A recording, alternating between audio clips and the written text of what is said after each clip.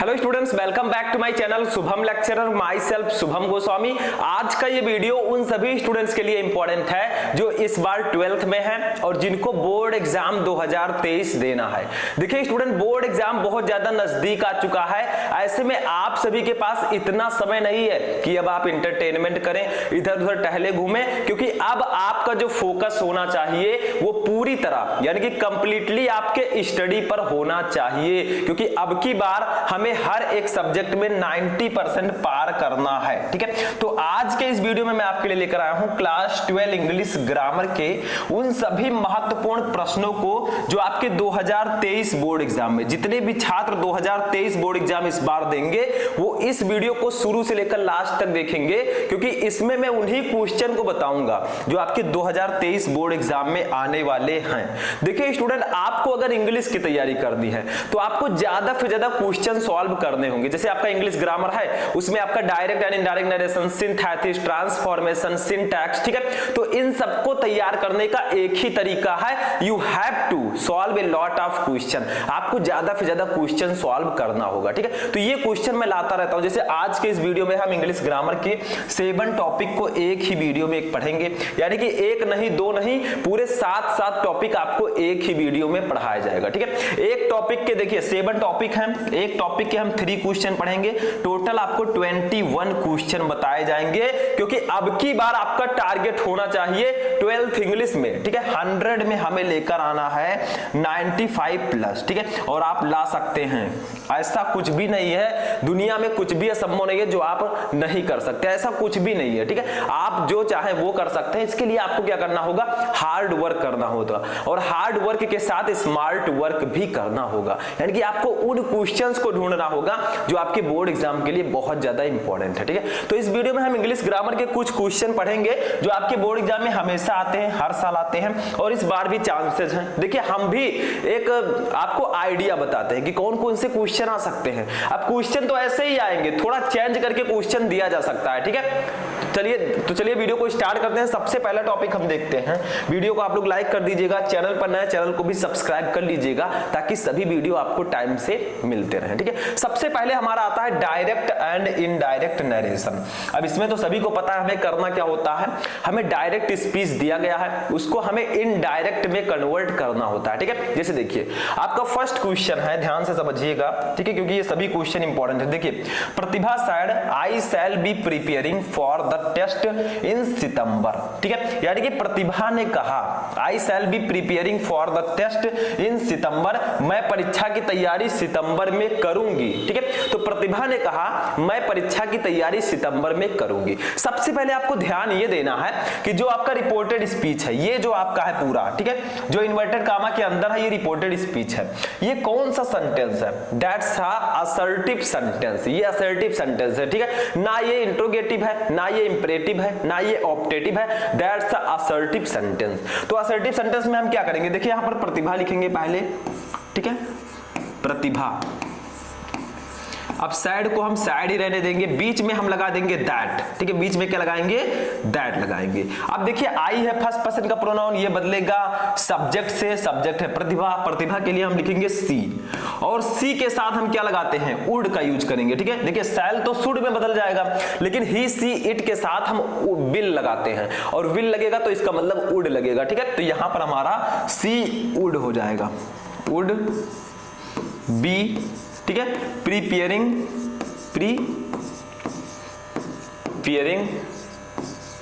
For the test, मैं यहां पर लिख देता हूं, ठीक है, for the test in September, ठीक है, इन सितंबर। तो ये आपका हो जाएगा इनडायरेक्ट में। तो इसमें 2 चीज आपको ध्यान देनी है। सबसे पहले देखिए ये जो आपका रिपोर्टेड स्पीच है, कौन सा सेंटेंस है, that's assertive sentence. Assertive sentence में अगर केवल सैड है, जैसे प्रतिभा के साथ सैड है तो हमने प्रतिभा सैड लिख दिया। ठीक है, बीच में हम दैट का यूज करेंगे, कंजक्शन दैट का दैट हो गया। देखिए आई बदलेगा प्रतिभा से, क्योंकि मैंने बताया था फर्स्ट पर्सन का प्रोनाउन सब्जेक्ट से, सेकंड का ऑब्जेक्ट से, थर्ड में नो चेंज। ठीक है, तो ये सन वाला ट्रिक आप लोग याद रखिएगा। तो सी हो जाएगा, सी के साथ हम वुड लिखेंगे, would be preparing waiting for the text in September. ठीक है, बस ये आपका सही हो गया। ऐसे ही आपको डायरेक्ट से इनडायरेक्ट में कन्वर्ट करना होता है। आप चीजों को, आप क्वेश्चन को सीखने का प्रयास कीजिए, रटकर जाएंगे आप भूल जाएंगे। अगर आपको रूल्स नहीं पता है नहीं कर पाएंगे। ठीक है, ऐसे दूसरा देखिए क्या है, do you want to insure your luggage और नॉट, ही आस्क्ड। ठीक है, तो यहां पर जो आपका रिपोर्टिंग वर्ब है पीछे आ गया है, रिपोर्टेड स्पीच आगे दे दिया गया है, लेकिन आगे पीछे से हमें कोई मतलब नहीं है। हमें पहले रिपोर्टिंग वर्ब ही लिखना है और पहले ये समझना है कि जो आपका रिपोर्टेड स्पीच है, देखिए रिपोर्टेड स्पीच जो होगा वो इन्वर्टेड कामा के अंदर होगा। तो ये आपका इन्वर्टेड कामा देखिए ये और ये, ठीक है, इन्वर्टेड कामा के अंदर है, दैट्स द रिपोर्टेड स्पीच, ये पहले दे दिया गया है। तो पहले तो हम यही लिखेंगे, ही आस्क्ड। अब देखिए पहले पहचानिए कौन सा सेंटेंस है, do you want to insure your luggage और नॉट, क्या तुम अपने सामान का बीमा करवाना चाहते हो या नहीं, ही आस्क्ड, उसने पूछा। तो यहां पर ये इंट्रोगेटिव सेंटेंस है क्योंकि हेल्पिंग वर्ब हमारा आगे है, देखिए डू आगे है, और डू बताइए किस टेंस में आगे होता है, प्रेजेंट इंडेफिनिट टेंस में हम डू या डज का यूज करते हैं। तो यहां पर ये प्रेजेंट इंडेफिनिट टेंस है। तो दो बातें आपको ध्यान रखनी है, नंबर वन ये इंट्रोगेटिव सेंटेंस है, दूसरा ये प्रेजेंट इंडेफिनिट टेंस है। जब इसको हम बदलेंगे इनडायरेक्ट में तो ये पास्ट इंडेफिनिट टेंस में कन्वर्ट हो जाएगा। सभी को पता है अगर आपकी डायरेक्ट स्पीच में प्रेजेंट इंडेफिनिट टेंस है तो जब उसे इनडायरेक्ट में कन्वर्ट करेंगे that's convert in past indefinite tense. ठीक है, तो पहले तो हम इसको लिखेंगे ही आस्क्ड। यहां पर आस्क्ड ऑलरेडी लिखा है, देखिए हम यहां पर आस्क्ड लिखा है तो आस्क्ड ही लिख देंगे, क्योंकि अगर यहां पर सैड टू होता तो हम क्या करते, आस्क्ड का यूज करते, क्योंकि इंट्रोगेटिव में हम आस्क्ड का यूज करते हैं। ठीक है, या इंक्वायर्ड ऑफ। अब देखिए इफ का यूज कर देंगे, इफ लगता है, देखिए जैसे इसमें हमने दैट का यूज किया ऐसे इंट्रोगेटिव में इफ या वेदर का यूज होता है। ठीक है, तो इफ हो गया। देखिए यू है फर्स्ट सेकंड पर्सन का प्रोनाउन, ये बदलेगा ऑब्जेक्ट से। ठीक है, तो ऑब्जेक्ट यहां पर है नहीं, तो ही आस्क्ड, उसने पूछा, किससे पूछा, उसने मुझसे पूछा, क्या तुम अपने सामान का बीमा करवाना चाहते हो या नहीं। तो यहां पर मी आपको मान लेना है। ठीक है, तो यहां पर हो जाएगा ही आस्क्ड। ठीक है, इफ, अब देखिए यहां पर हम आई लिख देंगे, क्यों, क्योंकि यू है, अब यहां पर मैंने मी मान लिया है तो यू मी से बदलेगा तो यहां पर आई हो जाएगा। ठीक है, आई। अब देखिए यहां पर आपको क्या करना है, पास्ट इंडेफिनिट टेंस में इसको कन्वर्ट करना है, क्योंकि ये आपका प्रेजेंट इंडेफिनिट टेंस में है, इसको इनडायरेक्ट में कन्वर्ट करेंगे, पास्ट इंडेफिनिट टेंस में कन्वर्ट होगा तो ये हो जाएगा पास्ट इंडेफिनिट टेंस में वांटेड। ठीक है, वांटेड। मैंने वांटेड क्यों लिखा बताइए, वांटेड इसलिए लिखा क्योंकि पास्ट इंडेफिनिट टेंस में हम वर्ब का सेकंड फॉर्म यूज करते हैं पॉजिटिव में। ठीक है, तो आई वांटेड टू इंश्योर, ठीक है, इंश्योर। अब योर है सेकंड पर्सन का प्रोनाउन बदलेगा ऑब्जेक्ट से, ऑब्जेक्ट हमने मी माना है तो यहां पर आई के साथ क्या लगेगा अपने की अंग्रेजी, योर का माई हो जाएगा। ठीक है, माई लगेज और नॉट। ठीक है, ऐसे लिख देंगे और नॉट। तो ये इस प्रकार से हो जाएगा, he asked if I wanted to insure my luggage और नॉट। ठीक है, बस ये हो गया है, सिंपल सा है, इसमें कुछ है ही नहीं। सिर्फ अगर मान लीजिए आपका जो रिपोर्टेड स्पीच है वो आगे आ गया है, रिपोर्टिंग वर्ब पीछे है, फिर भी आपको पहले रिपोर्टिंग वर्ब को लिखना है, तो he asked if I wanted to insure my luggage और नॉट। ठीक है, बस ये हो गया। तो दूसरा भी समझ में आ गया, बहुत ही ध्यान से समझना है, मैं थोड़ा स्लो समझाता हूं लेकिन आपके दिमाग में वो फास्ट जाना चाहिए। ठीक है, ये भी हो गया। चलिए नेक्स्ट देखते हैं क्वेश्चन नंबर 3। देखिए क्या है, एक टॉपिक के हम 3 क्वेश्चन देखेंगे, तो ये हमारे डायरेक्ट एंड इनडायरेक्ट नरेशन का तीसरा क्वेश्चन है। देखिए क्या है, ही साउटेड लेट मी गो। अब यहां पर समझिए, ही साउटेड, वह चिल्लाया, लेट मी गो, मुझे जाने दो। तो ये कौन सा सेंटेंस है, इंपरेटिव सेंटेंस, क्योंकि इसमें लेट का यूज हुआ है। लेट का यूज हम इंपरेटिव सेंटेंस में करते हैं। ठीक है, तो इसको कैसे बनाएंगे, देखिए ही साउटेड लिख देंगे, ही साउटेड। ठीक है, अब इंपरेटिव में हम टू का यूज करते हैं, टू लिख देंगे, लेट लिख देंगे, मी बदलेगा किससे, मी है फर्स्ट पर्सन का प्रोनाउन, बदलेगा सब्जेक्ट से, सब्जेक्ट है ही के लिए हम यूज करेंगे him, to let him go. बस ये बन गया आपका इनडायरेक्ट। देखिए डायरेक्ट स्पीच था ही साउटेड लेट मी गो, अब इनडायरेक्ट में हम क्या करेंगे, ही साउटेड। अब इसमें हम इंपरेटिव में हम टू का यूज करते हैं। मान लीजिए अगर यहाँ पर लेट अस होता तब तो हम डैट लगाकर बी शुड या दे शुड का यूज करते, लेकिन सिर्फ लेट है तो हम क्या करेंगे, टू लगाकर लेट लिखेंगे, फिर मी बदलेगा ही से, हमारा हिम हो जाएगा गो। बस ये हो गया। ठीक है, सिंपल सा है। तो ये तीनों क्वेश्चन समझ में आ गए डायरेक्ट एंड इनडायरेक्ट नरेशन में, इसको भी नोट कर लीजिए, तब हम देखेंगे अपना सेकंड टॉपिक। ठीक है, नोट कर लीजिए इसको। नोट हो गया स्टूडेंट। चलिए नेक्स्ट टॉपिक देखते हैं, topic number 2 and question number 4 हमारा ये है। देखिए ये है सिंथेसिस ऑफ सेंटेंसेज। अब सिंथेसिस का मतलब क्या होता है? सिंथेसिस का मतलब होता है 2 या 2 से अधिक सेंटेंसेज को जोड़कर एक सेंटेंस बनाना। वो भी कौन सा सेंटेंस? जो हमें ब्रैकेट में दिया गया है। देखिए सिंपल सेंटेंस। तो हमारे पास यहाँ पर 2 सेंटेंस है, थोड़ा सा मिसप्रिंट है, अभी मैं बताऊंगा। देखिए Ram is the monitor of our class. ठीक है, यहाँ पर क्लास रहेगा बीच में और फिर फुल स्टॉप रहेगा। ठीक है, ऐसे। ठीक है, आवर के बाद class. He stands first in the class, यानी कि Ram is the monitor of our class. राम हमारे क्लास का मॉनिटर है। He stands first in the class, वह क्लास में प्रथम आता है। स्टैंड्स फर्स्ट का मतलब वो प्रथम आता है, फर्स्ट। ठीक है, तो वो मॉनिटर है। तो यहाँ पर 2 सेंटेंस है, इसको हमें ऐड करके एक सेंटेंस बनाना है, बट मीनिंग नहीं बदलना चाहिए। जो मीनिंग क्वेश्चन में है वही मीनिंग आंसर में होना चाहिए। ठीक है, अब इन दोनों को जोड़कर हमें सिंपल सेंटेंस बनाना है। तो कैसे बनाएंगे? देखिए इस प्रकार के सेंटेंस को हम इस तरह बनाते हैं। पहले राम लिखेंगे, ठीक है, फिर उसकी विशेषता लिखेंगे। वो कौन है? The monitor of our class. The monitor of our class. ठीक है, अब क्या करता है वो? Stands first, stands first. ठीक है, इस प्रकार से कॉमा लगाकर हम लोग इसको बना देंगे। ठीक है, तो Ram the monitor of our class, हमारी क्लास का मॉनिटर स्टैंड्स फर्स्ट, यानी कि फर्स्ट आता है। तो राम हमारे क्लास का मॉनिटर फर्स्ट आता है। ठीक है, तो ये इस प्रकार से बन जाएगा आपका सिंथेसिस। ठीक है, तो ये आपका हो जाएगा। देखिए इन दोनों सेंटेंस को जोड़कर मैंने एक सेंटेंस बना दिया। ठीक है, आपको एक सेंटेंस बनाना है, वो भी सिंपल सेंटेंस। तो हमने सिंपल सेंटेंस बना दिया, जो ऊपर मीनिंग था वही नीचे भी है। तो ये आपका सिंथेसिस हो जाएगा। पहला समझ में आ गया। अभी दूसरा समझेंगे, समझ में आ जाएगा। देखिए दूसरा है ही इज टेलिंग ए लाई, वह झूठ बोल रहा है। इट इज क्लियर, यह स्पष्ट है, यानी कि वह झूठ बोल रहा है, यह स्पष्ट है। इसको आपको बदलना है कॉम्प्लेक्स सेंटेंस में। कैसे बदलेंगे? तो चलिए यहां पर हम बदल लेते हैं। लिखेंगे पहले इसको लिखेंगे, पहले हम लिखेंगे इट इज क्लियर। ठीक है, पहले लिखेंगे इट इज क्लियर, फिर लिखेंगे that he is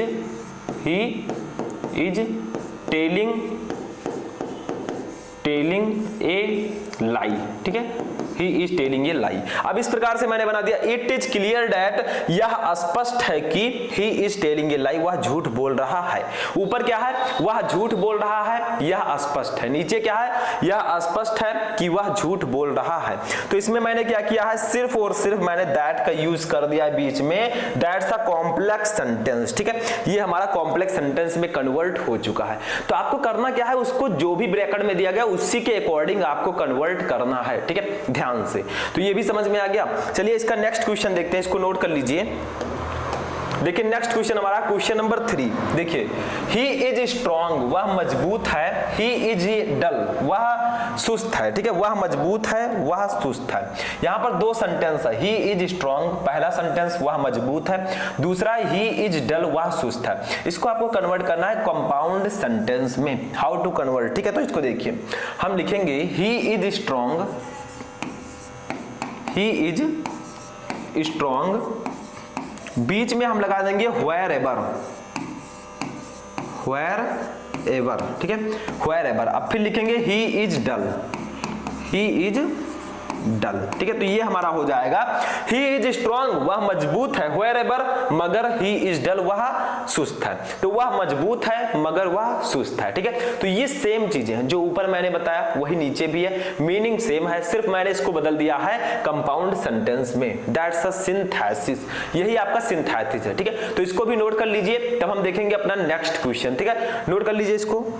नोट हो गया स्टूडेंट। चलिए नेक्स्ट टॉपिक देखते हैं, टॉपिक नंबर 3। ठीक है, ये है हमारा ट्रांसफॉर्मेशन ऑफ सेंटेंसेज। ये तीसरा टॉपिक है, यहाँ पर 3 कर दीजिएगा। ठीक है, ट्रांसफॉर्मेशन ऑफ सेंटेंसेज, इसका मतलब क्या होता है? सेंटेंसेज को हमें ट्रांसफॉर्म करना है, यानी परिवर्तित करना है। ट्रांसफॉर्म का मतलब क्या होता है? किसी सेंटेंस को ट्रांसफॉर्म करना। जैसे देखिए फर्स्ट है she is too weak to go to the hospital for medicine. ठीक है, यानी कि वह हॉस्पिटल में मेडिसिन लाने जाने के लिए बहुत कमजोर है। ठीक है, इसमें आपको करना क्या है? ऐसे लिखा रहेगा, मैंने यहाँ पर शायद लिखा नहीं है, लेकिन यहाँ पर लिखा रहेगा रिमूव टू, यहां पर आपको TOO वाला टू हटाना है, ऐसे ब्रैकेट में लिखा रहेगा, ठीक है। आपको ब्रैकेट के अकॉर्डिंग यहां पर करना है, ठीक है। तो she is too weak to go to the hospital for medicine, यानी कि वह हॉस्पिटल में मेडिसिन लाने के लिए बहुत कमजोर है, ठीक है। यानी कि वह इतनी कमजोर है कि हॉस्पिटल जाकर मेडिसिन नहीं ला सकती। इसमें आपको टू को रिमूव करना है, तो जब हम टू को रिमूव करते हैं तो यहां पर सो का यूज करते हैं, तो लिखेंगे she is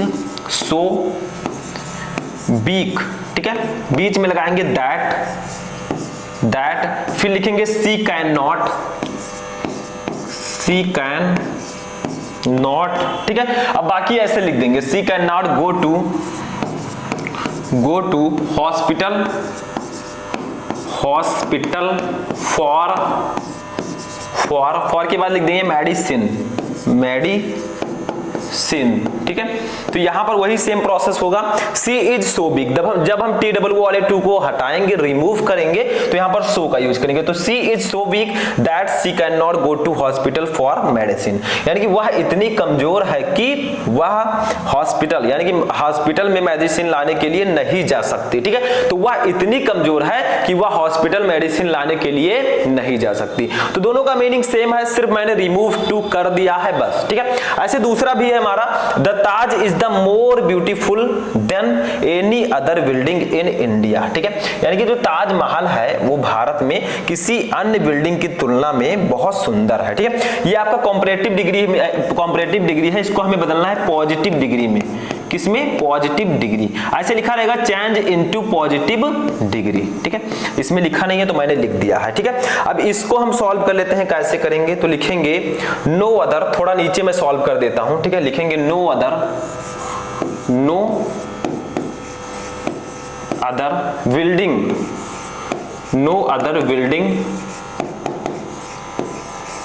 in India is so beautiful,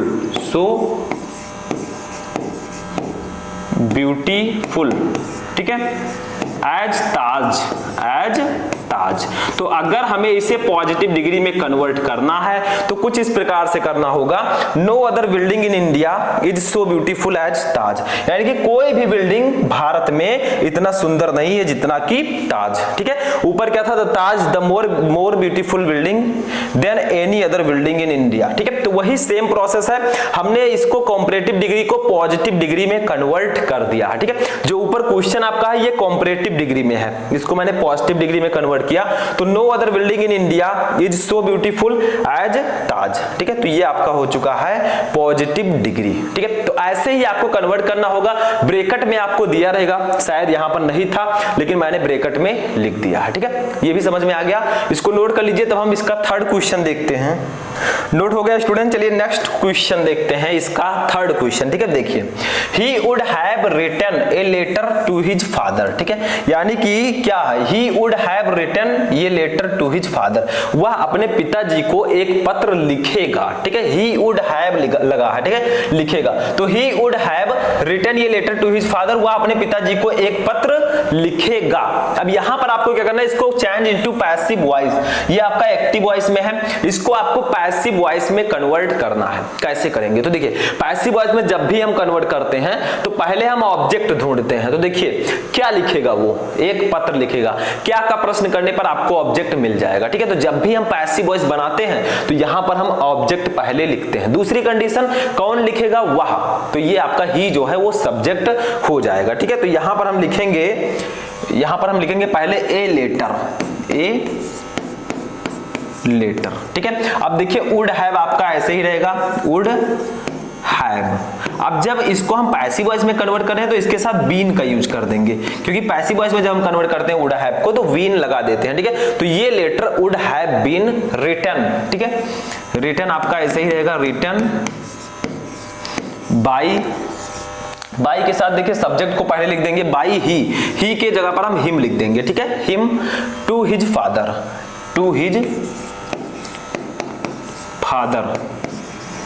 तो ये आपका पैसिव वॉइस जो होगा वो कुछ इस तरह से बनेगा।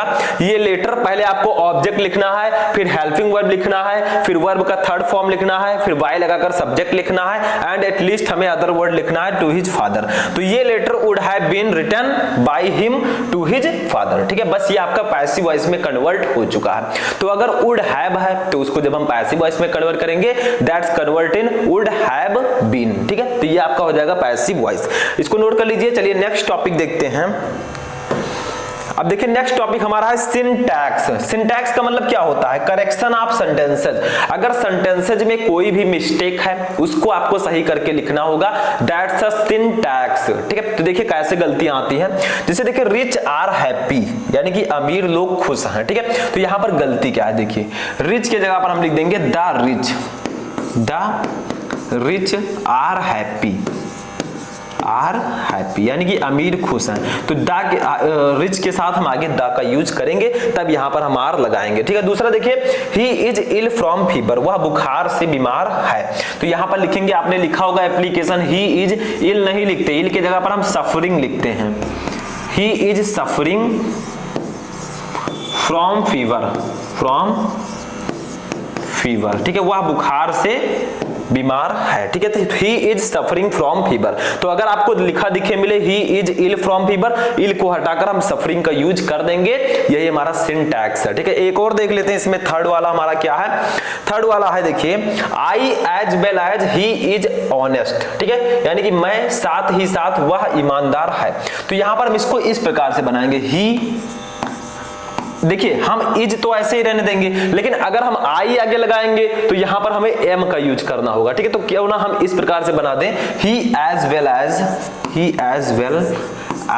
आई इज ऑनेस्ट, ठीक है, ऑनेस्ट। अब बहुत सारे स्टूडेंट कहेंगे, जो ब्रिलियंट छात्र हैं वो कहेंगे अरे सर यहाँ पर इज का यूज क्यों हुआ? देखिए जो आपका आगे सब्जेक्ट है उसी के अकॉर्डिंग हम यहाँ पर हेल्पिंग वर्ब रखेंगे। देखिए ही के साथ आप लोग कहेंगे इज है तब तो ये सही है, ऐसा गलत है, क्योंकि जो सब्जेक्ट यहाँ पर है आई, इसी के अकॉर्डिंग हम यहाँ पर रखेंगे। या तो यहाँ पर एम होता तो भी कुछ सही होता, लेकिन हम इस प्रकार से बना देंगे he as well as I is honest, ठीक है। तो ये जो सब्जेक्ट आपका है इसी के अकॉर्डिंग हम यहाँ पर हेल्पिंग वर्ब रखेंगे, ठीक है। तो वह साथ ही साथ मैं ईमानदार हूं, ठीक है।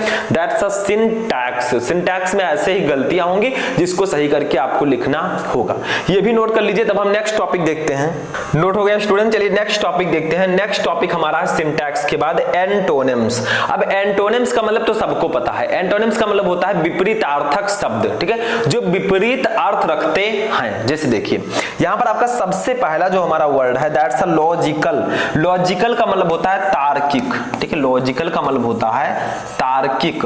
तो इसका एंटोनिम क्या हो जाएगा? इसका एंटोनिम हो जाएगा इलॉजिकल, इलॉजिकल, ठीक है। इलॉजिकल का मतलब होता है तर्क विरुद्ध, या आप लिख सकते हैं एब्सर्ड। एब्सर्ड का मतलब भी होता है तर्क विरुद्ध। तो इन दोनों का मतलब होगा तर्क विरुद्ध, जो तार्किक ना हो, ठीक है, दैट्स अ सिनोनिम्स। यही एक दूसरे के सिनोनिम्स होंगे। तो देखिए लॉजिकल का मतलब होगा तार्किक, इलॉजिकल, एब्सर्ड का मतलब होगा तर्क विरुद्ध, ठीक है। दूसरा देखिए, दूसरा हमारा है इलिजिबल। क्या है दूसरा हमारा? लिजिबल। लिजिबल का मतलब होता है पढ़ने योग्य, यहां पर लिख दीजिए पढ़ने योग्य, पढ़ने योग्य, ठीक है। तो लिजिबल का मतलब होता है पढ़ने योग्य, यानी कि जो पढ़ने के योग्य हो। तो इसका एंटोनिम्स क्या हो जाएगा? इलिजिबल। इलिजिबल, इलिजिबल का मतलब होता है अपठनीय, जो पढ़ने योग्य ना हो, अपठनीय, ठीक है। तो यही एक दूसरे के एंटोनिम्स हो जाएंगे। Third one is limited. Limited का मतलब होता है लिम्पिड। लिम्पिड का मतलब होता है क्या? साफ या अस्पष्ट, ठीक है, साफ। तो इसका हो जाएगा मडी। मडी का मतलब क्या होता है? मडी, मडी का मतलब होता है गंदा, ठीक है, या मैला। मडी का मतलब होता है गंदा या मैला, ठीक है। तो ये एक दूसरे के एंटोनिम्स होंगे। इसका मतलब ये एक दूसरे के विपरीत अर्थ रखते हैं। जैसे लॉजिकल का मतलब तार्किक, इलॉजिकल, एब्सर्ड का मतलब तर्क विरुद्ध, ठीक है। लिजिबल का मतलब पढ़ने योग्य, इलिजिबल का मतलब अपठनीय, जो पढ़ने योग्य ना हो। लिमिट का मतलब साफ या स्वच्छ, लिम्पिड का मतलब, और मडी का मतलब गंदा या मैला, ठीक है। तो ये आपके हो जाएंगे एक दूसरे के एंटोनिम्स, ठीक है। ये भी समझ में आ गए, इसको नोट कर लीजिए। तब हम देखते हैं नेक्स्ट टॉपिक। नोट हो गया स्टूडेंट, चलिए नेक्स्ट टॉपिक देखते हैं। नेक्स्ट टॉपिक हमारा है सिनोनिम्स। सिनोनिम्स का मतलब क्या होगा, जैसे अभी हमने पढ़ा एंटोनिम्स। एंटोनिम्स का मतलब होता है समानार्थी शब्द जो समान अर्थ रखते हो, ठीक है। ऐसे सिनोनिम्स का मतलब क्या होगा, एंटोनिम्स का मतलब होता है विपरीतार्थक शब्द जो विपरीत अर्थ रखते हो, लेकिन सिनोनिम्स का मतलब होगा समानार्थी शब्द जो समान अर्थ रखते हो, जिनके मीनिंग सेम हो। जैसे देखिए रिगिड, रिगिड का मतलब क्या होता है, सभी को पता होगा। रिगिड का मतलब होता है कठोर, ठीक है। रिगिड का मतलब होता है कठोर। तो देखिए इसका सिनोनिम्स क्या हो जाएगा, इसका सिनोनिम्स हो जाएगा स्ट्रिक्ट। स्ट्रिक्ट का मतलब भी होता है कठोर, या आप लिख सकते हैं अनफ्लेक्सिबल। अनफ्लेक्सिबल, अनफ्लेक्सिबल का मतलब भी होता है कठोर। तो देखिए रिगिड का मतलब कठोर, स्ट्रिक्ट एंड अनफ्लेक्सिबल का मतलब कठोर। तो वर्ड तो अलग अलग हैं बट इनका मीनिंग सेम है, यही होंगे समानार्थी शब्द। ऐसे दूसरा देखिए हमारा है रिलायबल। रिलायबल का मतलब होता है भरोसेमंद, भरोसेमंद, ठीक है। तो इसका सिनोनिम्स क्या हो जाएगा, ट्रस्टवर्थी। क्या हो जाएगा, ट्रस्टवर्थी,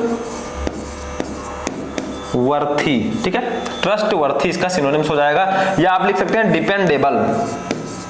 डिपेंडेबल, ट्रस्टवर्थी या डिपेंडेबल। डिपेंडेबल का मतलब भी होता है भरोसेमंद। तो रिलायबल का मतलब भरोसेमंद, ट्रस्टवर्थी एंड डिपेंडेबल का मतलब भी भरोसेमंद। ऐसे देखिए रिफ्यूज, रिफ्यूज का मतलब होता है मना करना, ठीक है। रिफ्यूज का मतलब होता है मना करना, ठीक है। रिफ्यूज का मतलब होता है मना करना। तो बताइए इसका क्या हो जाएगा, डेनी। डेनी का मतलब भी होता है मना करना, या रिजेक्ट, आपने सुना होगा किसी को रिजेक्ट करना, दैट्स मना करना, ठीक है। तो ये हो जाएगा एक दूसरे के सिनोनिम्स। सिनोनिम्स का मतलब होता है इनका मीनिंग सेम होगा। जैसे रिगिड का मतलब कठोर, स्ट्रिक्ट एंड अनफ्लेक्सिबल का मतलब भी कठोर, रिलायबल का मतलब भरोसेमंद, ट्रस्टवर्थी एंड डिपेंडेबल का मतलब भी भरोसेमंद, रिफ्यूज का मतलब मना करना, डेनी एंड रिजेक्ट का मतलब भी मना करना, ठीक है। That's a synonyms with each other, ठीक है। तो इसको भी नोट कर लीजिए। तब हम देखेंगे अपना लास्ट टॉपिक जिसका नाम है वन वर्ड सब्स्टिट्यूशन। नोट कर लीजिए इसको। नोट हो गया स्टूडेंट, चलिए नेक्स्ट टॉपिक देखते हैं। नेक्स्ट टॉपिक हमारा है one word substitution. One word substitution का मतलब आपको वन वर्ड सब्स्टिट्यूट करना है। जैसे हिंदी में आप पढ़ते हैं अनेक शब्दों के लिए एक शब्द, वैसे इंग्लिश में वन वर्ड सब्स्टिट्यूशन। देखिए फर्स्ट देखिए, ये man who is devoted to the welfare of women, यानी कि वह आदमी, वह पुरुष जो महिलाओं के सेवा के लिए समर्पित है, यानी कि जो महिलाओं के सेवा के लिए एकदम समर्पित है, उसे हम लोग बोलते हैं फेमिनिस्ट। क्या बोलते हैं, फेमिनिस्ट। फेमिनिस्ट का मतलब होता है नारीवादी, जो नारियों का बहुत ज्यादा सम्मान करता हो, उनके लिए समर्पित हो, दैट्स अ नारीवादी, यानी कि फेमिनिस्ट। अच्छा दूसरा देखिए, मर्डर ऑफ ये ब्रदर, यानी कि अपने भाई की हत्या, ठीक है, एक भाई की हत्या, इसको हम लोग बोलते हैं फैट्रीसाइड। फैट्रीसाइड, ठीक है। फैट्रीसाइड का मतलब होता है भ्रांत्र, ठीक है, होता है भ्रांत्र, ऐसे कुछ लिखा जाएगा, ठीक है, भ्रांत्र हंता, ठीक है। इसका मतलब होता है भाई की हत्या, ठीक है। तो ये आपका हो जाएगा मर्डर ऑफ ए ब्रदर, एक भाई की हत्या, उसे हम इंग्लिश में कहेंगे फैट्रीसाइड, ठीक है, एक वर्ड में। तो इसका मतलब होता है वन वर्ड सब्स्टिट्यूशन का मतलब होता है आपको सेंटेंस के लिए वन वर्ड सब्स्टिट्यूट करना है, ठीक है।